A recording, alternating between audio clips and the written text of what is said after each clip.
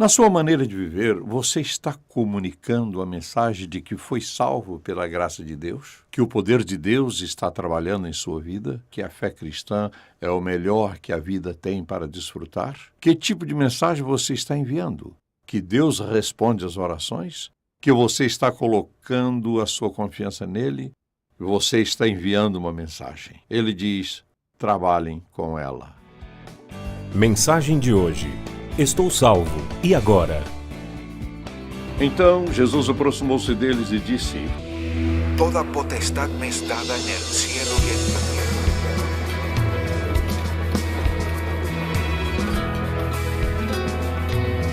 所以你们要去，使万民作我的。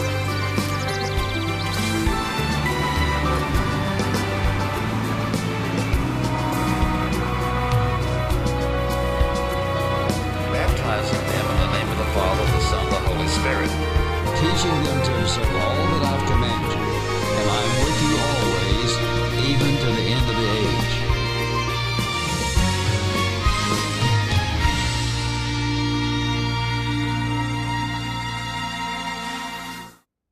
Quando você foi salvo, alguém lhe disse: bem, deixe-me explicar-lhe exatamente o que aconteceu com você. Quero falar a respeito de Deus para que você entenda quem Ele é. Quero explicar-lhe, quem é Jesus em relação a Deus Pai. Quero que você entenda a presença, o trabalho e o poder do Espírito Santo que agora começa a trabalhar em sua vida. Quero ajudá-lo a ver que você tem algumas responsabilidades, agora que você se tornou um cristão. Porque o que você disse é que você está disposto a se tornar um seguidor de Jesus Cristo. Alguém lhe diz: há certas coisas que você precisa saber agora que você é um cristão. Quero que você ouça com atenção, porque há uma passagem da Escritura que tem tudo a ver. Se você quiser pensar nisso por um momento, é uma coisa séria receber Jesus Cristo como seu Salvador pessoal e escolher segui-lo por um ato de sua vontade. Então, quero que você localize, se quiser, Filipenses capítulo 2. Começando no versículo 5 deste segundo capítulo de Filipenses, diz a Escritura: seja a atitude de vocês a mesma de Cristo Jesus, que, embora sendo Deus, não considerou que o ser igual a Deus era algo a que devia pegar-se, mas esvaziou-se a si mesmo, vindo a ser servo, tornando-se semelhante aos homens, e sendo encontrado em forma humana, humilhou-se a si mesmo e foi obediente até a morte, e morte de cruz.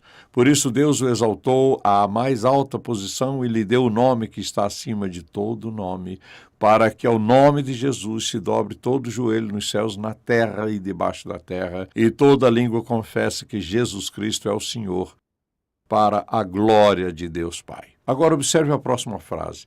Assim, meus amados, tendo em vista tudo aquilo que Jesus é, assim, meus amados, como sempre vocês obedeceram, não apenas na minha presença, porém muito mais agora na minha ausência, ponham em ação a salvação de vocês com temor e tremor, pois é Deus quem efetua em vocês tanto querer quanto o realizar, de acordo com a boa vontade dele. Esse é um dos textos mais importantes da Bíblia em se tratando de como viver a vida cristã. Talvez a maioria de vocês leu isso e pensou: bem, eu me pergunto o que isso significa. Então, vamos pensar em algo aqui. Vamos considerar 3 questões de 3 coisas que queremos analisar. A primeira delas é simplesmente isso: a pessoa e o lugar de Jesus em sua vida. Você diz: tenho sido um cristão por anos e anos e anos. Mas escute com atenção. Quem é ele? Muitas pessoas pensam que Jesus foi um homem que morreu na cruz por meus pecados. Mas ouça o que Paulo disse. Paulo disse que Jesus Cristo é o Filho de Deus encarnado. O que isso significa? Significa que ele era Deus que veio em carne e osso e andou entre os homens. Ele nos revelou quem é Deus e o que Deus faz. E ele disse que Jesus esvaziou-se a si mesmo, vindo a ser servo. Ou seja, Jesus veio a este mundo como Filho de Deus, mas vindo a ser servo para obedecer ao Pai. A Escritura diz: e sendo encontrado em forma humana, humilhou-se, tornou-se homem como qualquer outro homem, porém sem pecado. E não só isso, a Escritura diz nesse texto que ele obedeceu ao Pai ao ponto de ir para a cruz. Ou seja, a razão pela qual Jesus veio foi para morrer por você. Agora, veja isso com cuidado. Se Deus, o Pai, enviou seu Filho Jesus, e ele morreu na cruz para que você pudesse ser perdoado e ter um relacionamento correto com ele e ir para o céu, deve haver algo muito sério acerca de como viver uma vida de pecado. Porque o Pai enviou seu Filho para morrer na cruz e pagar plenamente a nossa dívida de pecado. Essa era a única maneira de você e eu chegarmos ao céu. E assim o apóstolo diz que ele veio e foi para a cruz para pagar a sua e a minha dívida do pecado. Então, o apóstolo diz nesta passagem que, pelo fato dele ter realizado a nossa redenção, Deus o exaltou à mais alta posição e lhe deu o nome que está acima de todo nome. O nome de Jesus é o nome mais exaltado que existe. Não há nome que tenha mais peso, mais qualidades. Não há nenhum nome mais celestial. Não há nenhum nome que tenha o poder e a energia que o nome de Jesus Cristo tem. Deus lhe deu esse nome incrível. Em seguida, diz a Escritura que não foi só isso, mas ele diz: por essa razão, Deus o exaltou à mais alta posição e lhe deu o nome que está acima de todo nome, para que ao nome de Jesus se dobre todo o joelho nos céus, na terra e debaixo da terra. Significa isso que Jesus Cristo veio como Senhor, não só como Salvador. Todo joelho se curvará e toda língua um dia confesse que Jesus Cristo é o Senhor, para a glória de Deus Pai. Agora, deixe-me interpretar a palavra Senhor. O que significa, em essência, é isso: ele é o chefe. É o Senhor, o soberano, o Criador, como Paulo descreveu em Colossenses. Ele criou todas as coisas e todas as coisas existem e são sustentadas por ele. Ele é o chefe.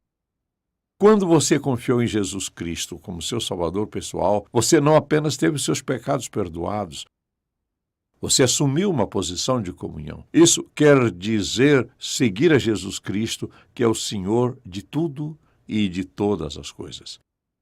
Tantas pessoas confiam em Cristo como seu Salvador, mas não vão além disso. Eles dizem: bem, eu confiei em Jesus como meu Salvador, agora sou um cristão. Um cristão para fazer o quê? Um cristão para viver como? Nenhum nome pode igualar-se ao nome dele. Ele é o Senhor. Todo joelho se dobrará, toda língua confessará. Por quê? Confesse que ele é o Senhor, para a glória de Deus Pai. Essa é a vontade do Pai, que eu confesse que ele é o meu Senhor. E o que estou dizendo é simplesmente isso. Colocando isso em termos modernos, vejo Jesus Cristo como meu Salvador. Eu também o conheço de uma forma prática e diária. Ele é o chefe. Ele tem o direito de saber cada aspecto da minha vida. Ele tem o direito de me dizer aonde ir. Ele tem a autoridade, a capacidade e o poder de não só me dizer o que fazer, mas também me permitir fazê-lo. Ele é o Senhor da nossa vida. Em algum lugar ao longo do caminho, nós separamos a missão de Jesus Cristo como Salvador da sua missão como Senhor. Quando você nega a posição dele como Senhor, bem lá na frente vai dizer: bem, eu o conheço como meu Salvador, mas não sei como ele pode ser um homem de negócios. Ouça, você sabe o que? Ele não é duas pessoas. Ele é Jesus Cristo, nosso Salvador e Senhor. A Bíblia diz que ele é exaltado a ponto de ser Senhor porque, ouça, ele traz glória e honra ao Pai. Então, a primeira coisa que devemos nos lembrar e compreender é quem ele é e qual é o seu lugar em nossa vida. Isso é o que Paulo diz nesta primeira parte da passagem. Agora, olhe, se quiser, no versículo 11, quando ele diz que toda língua confesse e dobre todo o joelho. Essa é a vontade do Pai. Agora, veja o que acontece no próximo versículo aqui. Dito tudo isso, aqui está o que Paulo diz. Ele diz: Assim, meus amados, ele quer dizer, por conseguinte, por isso, agora, assim, meus amados, como sempre vocês obedeceram, não apenas na minha presença, porém muito mais agora na minha ausência, ponham em ação a salvação de vocês com temor e tremor. Agora, o que ele quis dizer com isso? Ponham em ação a salvação de vocês com temor e tremor. Bem, Paulo estava escrevendo aos cristãos. Quando ele começa este livro, ele diz no primeiro versículo, a todos os santos em Filipos. Então, ele está falando acerca dos cristãos. E ele diz nesta passagem particular, quando eu estava com vocês, vocês eram obedientes e fizeram a obra do Senhor. E agora que estou ausente, vocês ainda fazem a mesma coisa. Isso é maravilhoso. E aqui está o que ele disse. Que vocês ponham em ação a salvação de vocês com temor e tremor. O que, afinal de contas, ele quis dizer? Aqui está o que muitas pessoas pensam. E esta é a ideia mais enganadora que Satanás poderia perpetrar. E ele é muito bem sucedido nisso. Quando ele diz, ponham em ação a salvação, ouça com atenção, ele não está dizendo o trabalho para a sua salvação. Mas, tendo sido salvos, trabalhe com isso. Há uma grande diferença. Agora veja isso. Uma das coisas mais importantes da Bíblia é que Deus não nos aceita por causa das nossas obras, pela simples razão da salvação não estar baseada no que fazemos. A salvação é baseada no que Jesus fez quando foi para a cruz e derramou seu sangue no Calvário. É disso que procede a nossa salvação. Como você vê, é a justiça de Cristo que Deus quer ver em nossa vida. E não há nenhum de nós que seja justo. Cada um de nós pecou e pecou e pecou e pecou. Nós não podemos gabar-se de justiça. Nós poderíamos simplesmente nos orgulhar de nossas obras. Mas veja você, ouça, foi com a cruz e não com as nossas obras que Deus resolveu o nosso problema com o pecado. Foi com a nossa própria natureza humana que Jesus veio a este mundo pecador. Portanto, não é o nosso trabalho que nos livra do nosso pecado. Ele enfrentou o problema do pecado e o que custou ao Pai foi a morte de seu filho.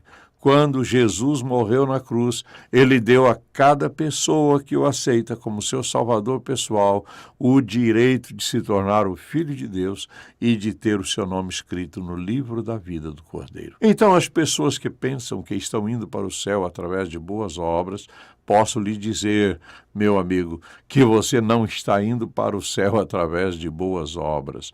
Você não pode mostrar um único versículo da Bíblia me provando que você pode. Posso lhe dar muitos textos bíblicos que provam que você não pode. E se você pode chegar ao céu através de boas obras, Deus cometeu um erro horrível ao enviar seu filho à cruz e morrer crucificado pelos seus pecados. Deus não comete erros. Ele enviou Jesus para a cruz porque essa era a única maneira. Ele pagou a sua e a minha dívida de pecado na íntegra. Agora, com isso, olhe de novo para este versículo.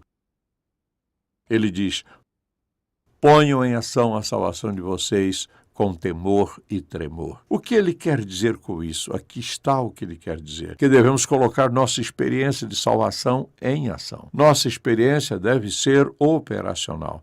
Agora que confiei em Jesus Cristo como meu Salvador, devo viver a nova vida que Deus colocou dentro de mim, que é a vida de Cristo. Quando você confiou em Jesus como seu Salvador, a Bíblia diz que o Espírito Santo veio habitar em você, com você e em você para sempre. É o Espírito Santo trabalhando em nós e através de nós. É Deus trabalhando em nossa vida. Por isso, trata-se de algo progressivo. Ele diz, ponham em ação a salvação de vocês com temor e tremor. Ou seja, estamos vivendo de tal forma que alguém sabe que somos diferentes.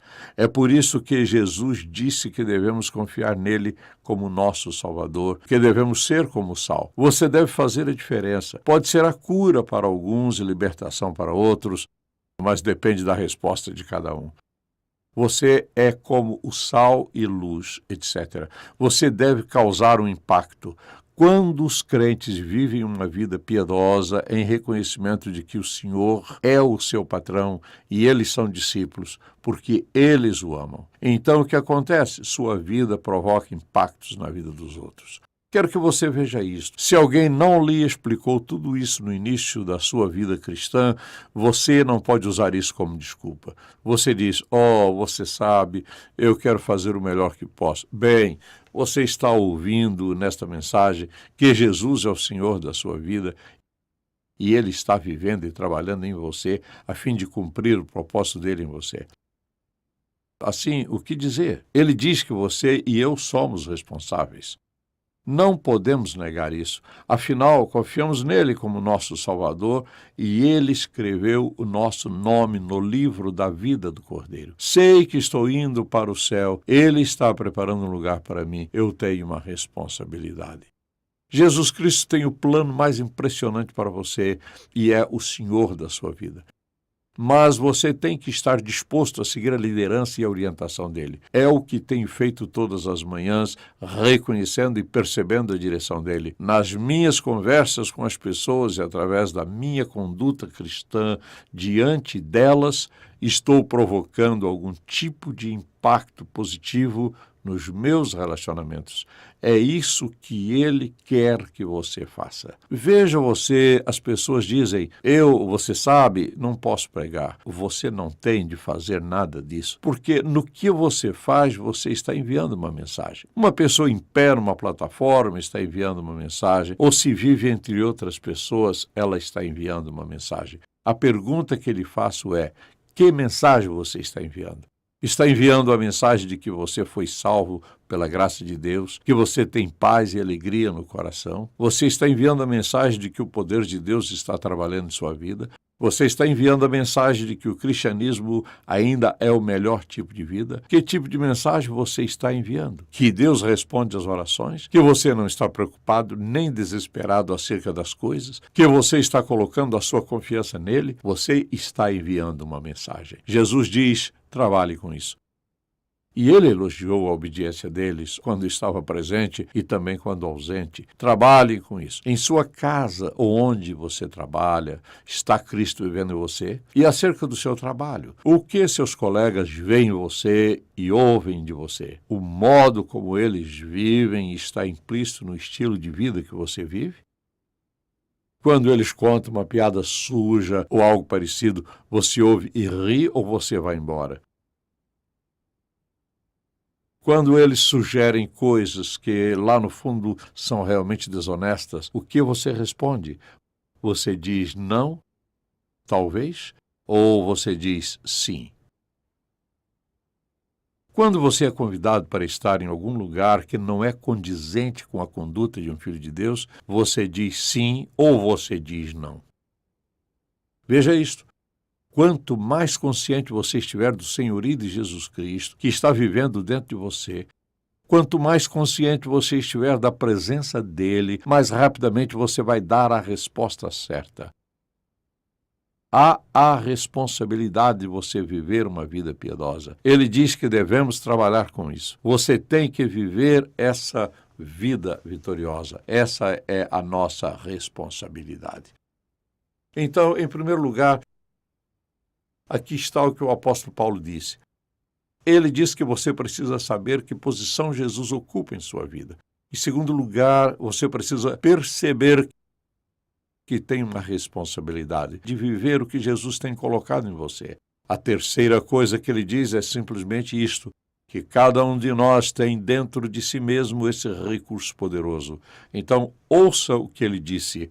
Ele disse que agora, assim, meus amados, como sempre vocês obedeceram, não apenas na minha presença, porém muito mais agora na minha ausência, ponham em ação a salvação de vocês com temor e tremor. Agora, o que isso significa? Significa que devo ter medo? Não, aqui está o que isso significa. É o que digo a você repetidamente. Você tem que levar isso a sério. Você não pode testificar de Jesus Cristo e de seu senhorio apenas ocasionalmente. Ou seja, isso faz alguma diferença? Faz alguma diferença o que você diz, as coisas que você faz, a literatura que você vê, os lugares que você frequenta? Sim, faz diferença. Agir com temor e tremor significa isso. Não é que eu tenha medo de contestar um erro. Todos nós cometemos erros, mas significa que eu levo a sério que Jesus é o meu Senhor. Quero levá-lo tão a sério que eu possa considerar cuidadosamente a vontade de Deus antes de tomar qualquer decisão. Veja você, se Jesus é o meu Senhor, o assunto é sério.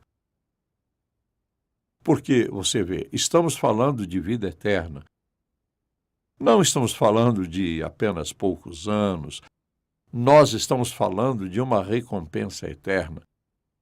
Estamos falando em levar a sério o convite de Jesus quando nos disse: sigam-me. Quando você o recebeu como seu Salvador, você não o ouviu com voz audível, mas posso dizer-lhe isto: o Espírito Santo disse ao seu espírito: siga-me.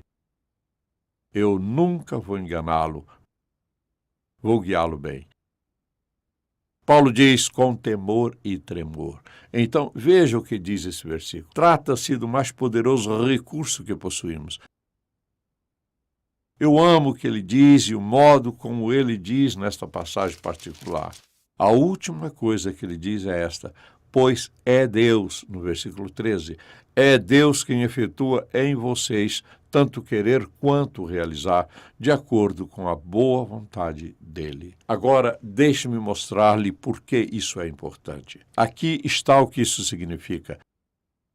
É Deus quem opera em nós a sua vontade. Ele vai lhe dizer o que ele quer que você faça em toda e qualquer situação. Ele diz: se quer que você faça alguma coisa, ele vai colocar essa vontade em você. Ele diz que não só revela a sua vontade, mas nos energiza para fazê-la. Isto é, ele nunca vai lhe pedir para fazer algo que você não possa fazer. Ele mesmo realiza a vontade dele em você. Assim, quando o Senhor chama alguém, e eu conheci as pessoas que o Senhor chamou para pregar, e eles disseram: não posso fazer isso, apenas não posso fazer isso. Assim eles se rebelaram contra Deus, dizendo: não posso fazer isso. Eles não acreditaram nesse versículo da Escritura. É um versículo poderoso. Escute isso. Ele diz que é Deus quem efetua em vocês tanto querer quanto realizar, de acordo com a boa vontade dele. Isso significa que, se ele colocou em seu coração o desejo de realizar algo, você pode contar com ele. Ele vai estar lá para realizá-lo. O que quer que ele lhe diga para fazer, ele está comprometido em ajudá-lo, dando-lhe direção, poder e energia para realizar. O que pode ser mais animador do que isso? Que tudo o que você se depara na vida, Deus diz: estou trabalhando em você. O que quer que eu queira, eu estou operando em você. Desse modo, não temos de nos preocupar com nada. Lembre-se desse versículo da Escritura. O que quer que Deus deseje, ele trabalha. Isso é bem simples, mas é poderoso. Ouça, é incrível a promessa de Deus. O que quer que ele exija de você, você pode confiar plenamente que ele vai equipá-lo, permitir que você o faça, não importa o que seja. Basta estar certo de que é a vontade de Deus. Ou seja, que ele é o único que disse isso e não outra pessoa. Agora, desejo mencionar outra coisa que Paulo diz aqui, que é muito importante. Você vai notar no versículo 13. É Deus quem efetua em vocês tanto querer quanto realizar, de acordo com a boa vontade dele. Agora, o que é isso?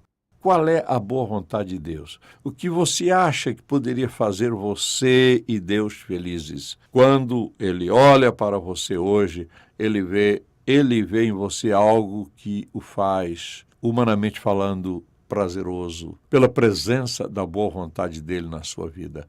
Aqui está, ouça, o que é o bom prazer de Deus. É que você e eu o sigamos e nos tornemos semelhantes a Cristo. À medida que prosperamos em nossa experiência de salvação, que nos tornemos como Cristo. É isso o que ele está fazendo. Isso traz mais glória a ele. Ouça, veja isso. O que você e eu nos tornamos aos olhos de Deus é muito mais do que você e eu podemos fazer. Ele diz que vai operar em nós o que ele quer para nós. Isso vai trazer-lhe muito prazer. O versículo da Escritura que respalda tudo o que vimos é Romanos 8, 29. Ele diz que Deus predestinou que você e eu fôssemos feitos conforme a imagem de seu Filho. Essa é a vontade de Deus. Esse é o propósito dele em você. Esse é o plano dele para a sua vida. Você deve reconhecer o seu senhorio. Ele é o Senhor. Ele é o chefe da minha vida. Se você não gosta de chefes, você vai gostar dele. Ele é amoroso, gentil, generoso. E eu poderia ir muito longe nessa lista dos maravilhosos atributos de Deus. Ele é o chefe. Mas ele nos guia e nos conduz para o nosso próprio bem e para o seu grande prazer. Ele diz que é agradável a ele que você e eu andemos em seu espírito. Agora, quero destacar 4 declarações, colocando-as em tela, porque quero que você seja capaz de escrevê-las. Olhe para isso. Devemos estar continuamente cientes de que Jesus encarnado é o Filho de Deus. Ele está reinando em nossa vida. Essa é a primeira coisa que precisamos saber, que ele tem o seu lugar e a sua posição em nossa vida. A segunda coisa é que temos a responsabilidade pessoal de viver o que ele colocou dentro de nós, e isso é uma vida justa. É uma responsabilidade. A terceira coisa é que a vontade de Deus deve ser feita, mas ele está operando em nós para torná-la real. Você tem essa promessa incrível. E seu objetivo final para cada um de nós é que sejamos semelhantes a Cristo, conformes à imagem de seu Filho. Se você é sábio, vai escrever isso. E se você ouvir alguém, por exemplo, que acabou de ser salvo, vou dizer-lhe que você pode ser uma bênção. Você poderia sentar-se ao lado dele e dizer-lhe: deixe-me mostrar-lhe 4 coisas que vão ajudá-lo em toda a sua vida cristã. Porque a vida cristã é tudo isso. Pai, nós te amamos, te louvamos e te agradecemos por assumir o compromisso de operar tudo em nós, tanto o teu querer quanto o realizar. Tu também vais operar em nós. Nós apenas queremos dizer obrigado, porque isso significa que nunca estaremos sem condições de fazer a tua preciosa vontade. Eu oro por aqueles que estão ouvindo ou assistindo que ainda não são salvos. Eles dizem que pensaram nisso, mas nunca foram salvos, que conversaram acerca disso e consideraram decidir em algum momento, mas por alguma razão nunca se converteram. Que o Senhor possa impressionar o coração deles, mostrando-lhes que se trata de um negócio sério, de um negócio eterno, que eles possam entender a morte de Jesus na cruz e a vontade dele de viver dentro de nós e através de nós todos os dias desta vida totalmente satisfatória. Nós te amamos e nós te louvamos, Pai, em nome de Jesus. Amém. Uma vez que nos tornamos filhos de Deus, a nossa vida se torna semelhante à vida de Jesus Cristo. No intouch.org, aprenda mais sobre o que significa receber a Jesus como Salvador e segui-lo em obediência. Lá você pode ver a mensagem de hoje, Eu Sou Salvo, e Agora? E encontrar uma biblioteca de mensagens grátis e inspiradoras do Dr. Stanley, anotações de sermão e recursos para ajudá-lo a viver no poder do Espírito Santo. Baixe o aplicativo InTouch para levar o ensino do Dr. Stanley adiante. Ou siga-nos no YouTube, Facebook e Twitter. O dinheiro, as relações, a fé, o emprego, a teologia. Se você tem perguntas difíceis, o Dr. Charles Stanley tem respostas bíblicas em seu Manual para a Vida Cristã. Esta referência abrangente é o seu guia para pequenas áreas cinzentas e questões intrigantes da doutrina. Prática escritural. É fácil de usar o Manual do Dr. Charles Stanley para a Vida Cristã. Este é o livro que você vai voltar para uma e outra vez. Recomende o Manual para a Vida Cristã em nosso site, intouch.org. Se eu pudesse mostrar todos os momentos da minha vida, tantos momentos que me fizeram quem eu sou, mas o que me faz completo é estar em Cristo.